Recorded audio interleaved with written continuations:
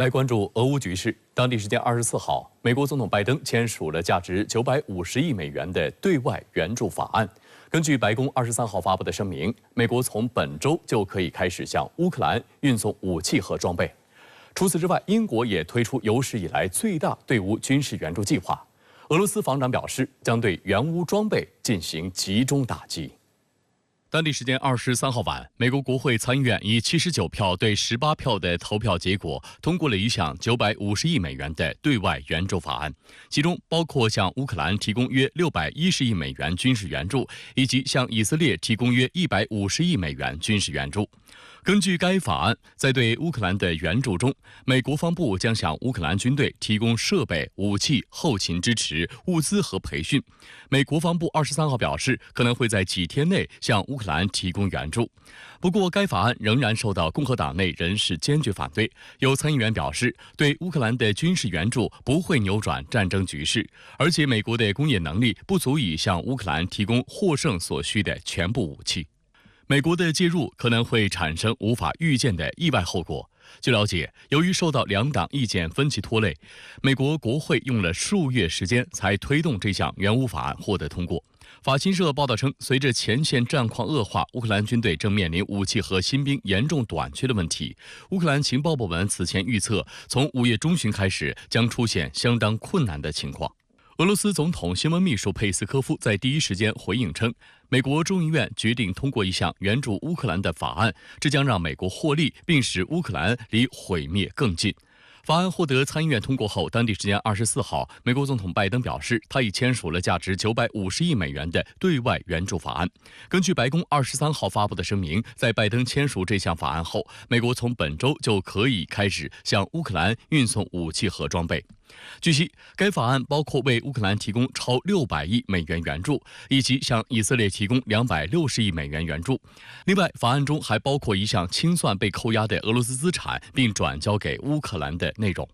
另据美国政府官员23号披露，五角大楼在美国一揽子对外援助法案正式成法前，已按法案相关内容凑出一笔价值10亿美元的对乌克兰军事援助。当地时间23号，据美国全国广播公司报道，美国参议院少数党领袖麦康奈尔对美国通过对乌一揽子援助计划表示祝贺，同时对因共和党人反对援乌导致该法案被拖延数月表示遗憾。麦康奈尔在新闻发布会上称，前福克斯主持人卡尔森和美国前总统特朗普是导致援乌计划推迟的幕后黑手。I think the demonization of Ukraine began by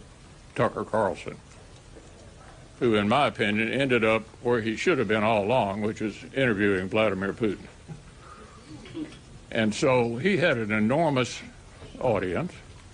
which convinced a lot of rank-and-file Republicans that maybe this was a mistake. I think the former president had sort of mixed views on it.当地时间23号，英国也推出该国历史上最大规模的对乌军事支持计划。首相苏纳克在访问波兰期间，在华沙第1装甲旅总部举行的新闻发布会上表示，将启动5亿英镑和6.2亿美元的对乌援助计划，以帮助乌克兰抵抗俄罗斯军队。苏纳克表示，为应对欧洲新的安全环境，英国国防工业将进入战时状态。他宣布，到2030年，英国国防开支将提升到国内生产总值的2.5%。Today I announced a historic uplift in UK defence spending to meet those threats to a new baseline of 2.5% of GDP. It's the biggest strengthening of our national defence since the end of the Cold War, because it's time for us to rearm.而日前，英国前国防大臣华莱士在一档电视节目中将俄罗斯称作英国面临的最大威胁。They're the ones robbing your granny and my parents with phishing emails and things like that. So Russia directly challenges us at all levels.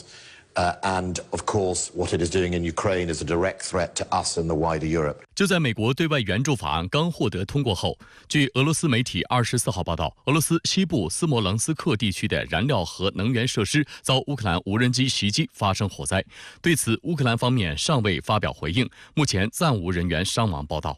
斯摩棱斯克地区官员表示，由于遭到疑似乌克兰武装部队无人机袭击，斯摩棱斯克地区的燃料和能源综合设施发生火灾。俄罗斯防空部队正在打击空中目标，目前紧急情况部工作人员正在处理现场。近期，俄乌双方持续打击对方能源设施。本月早些时候，乌方使用数十架无人机对俄境内别尔哥罗德州、布良斯克州、库尔斯克州、莫斯科州等多个州发动空袭，多处能源设施遭袭后起火。上月，俄军对乌克兰能源设施发动冲突升级以来最大规模袭击，动用数十架攻击型无人机和数十枚各型导弹。乌东部、南部、西部多个州和城市的能源设施遭到严重破坏。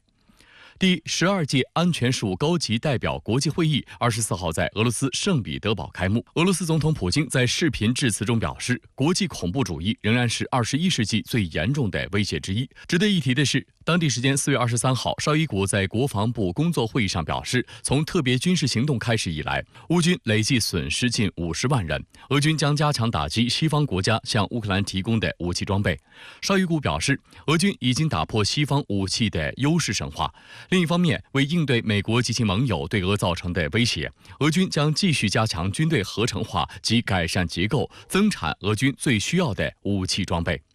当地时间24号，俄罗斯国防部表示，俄军在特别军事行动中缴获的西方援乌军事装备将在莫斯科扶手山胜利公园公开展出。该展览将于5月1号开幕，为期1个多月。届时将特别展览美国、德国、芬兰等12个国家援乌的30多件军事装备展品，其中包括德国豹式坦克、德国黄鼠狼、美国布莱德利和瑞典 CV90 步兵战车。台湾防务部门负责人邱国正24号透露，美国军备库储台湾已有概略计划。同一时间，台军汉光40号演习增加了不少新科目，包括将大陆滚装货轮由演转战纳入演习想定。这一匪夷所思的荒唐设定遭到舆论的痛批和嘲讽。国台办发言人朱凤莲24号指出，民进党当局勾连外部势力，不断谋独挑衅，煽动两岸对立对抗，是导致台海形势紧张动荡的根源。我们有决心、有能力粉碎一切台独分裂图谋。台湾防务部门负责人邱国正透露，美军在台湾的军备库存目前已有概略计划。去年3月6号，邱国正也曾在一场质询中透露，台美正洽谈台湾存放美军弹药的事宜，当时岛内已有学者评估称，此举是为了要在台湾增加美国军事物资的储备，以备美军不时之需。台军当然也可使用。岛内舆论早已担忧台湾沦为美国的弹药库，如今事情再有进一步的推动，不免令外界忧心。近年来，美国不断加强与台湾军事勾连，不断拉高台海危险系数。目前台军正在进行的汉光40号演习，美军就再派观摩团参与。事实上，美军已成为台军汉光系列演习的常客，几乎每年都会有退役将领率团观摩。但今年的背景显然更为复杂。一方面，演习是在台湾地区领导人520交接前，而民进党当局至今拒不承认9·2共识，并勾连外部势力，造成了当前台海的紧张局势。另一方面，当地时间4月23号，美国国会参议院投票通过一项价值950亿美元的对外援助法案。法案当中包括向印太地区提供约81亿美元，用于在台湾地区和印太地区抗衡中国大陆。而该法案由总统拜登签署成法。早前，台防务部门曾对此表示感谢，并宣称该法案中19亿美元指定供美国防部用于协助台海等地区，充分展现美方对台坚若磐石的支持。民进党当局罔顾民意，甘当外部势力以台制华的棋子，把台湾带向危险境地。我们正告民进党当局，妄图以武谋独、依外谋独，注定失败。台军汉光40号演习第一阶段电脑辅助指挥所演习及电脑兵推演习已于19号开始进行。台军方此前透露，这次兵推以灰色地带侵扰、对台封锁及由演转战、快速犯台等可能行动为想象场景，依近年兵推研讨所得的备战指导，运用联合战区层级模拟系统推演平台，实施8天7夜连续24小时对抗演习。台媒称，过去汉光军演的兵推7成大概都是5天4夜，所以今年可谓是史上最长的一次。此外，汉光40号演习第2阶段实兵演练将于7月22号至26号实施。台军届时将依托防卫作战想象及进程，由各军种战略执行单位在本外岛海空域及作战责任地境，结合全民防卫动员演习，实施5天4夜全员全装部分时代演练。其中值得关注的是，台当局海巡部门继去年派船参与实弹射击演习后，今年将再度与台海军、空军进行联合操演，模拟对敌军海上目标进行饱和攻击，并连续第2年发射雄风2导弹，验证所谓平战转换作战效能。此次汉光40号演习的兵推部分，外界最关注的是应对所谓大陆滚装船由沿转战的预设情景。所谓的滚装船，是指船只本身拥有连接甲板，当停靠在码头时，可将连接甲板架设在码头上，让车辆能自行上下船。对于台军演习首次纳入所谓大陆滚装船威胁的响定，国台办发言人朱凤莲24号在例行记者会上作出回应。民进党当局勾连外部势力进行谋独挑衅，煽动两岸对立对抗，是导致台海形势紧张动荡的根源。我们有决心、有能力粉碎一切的台独分裂图谋。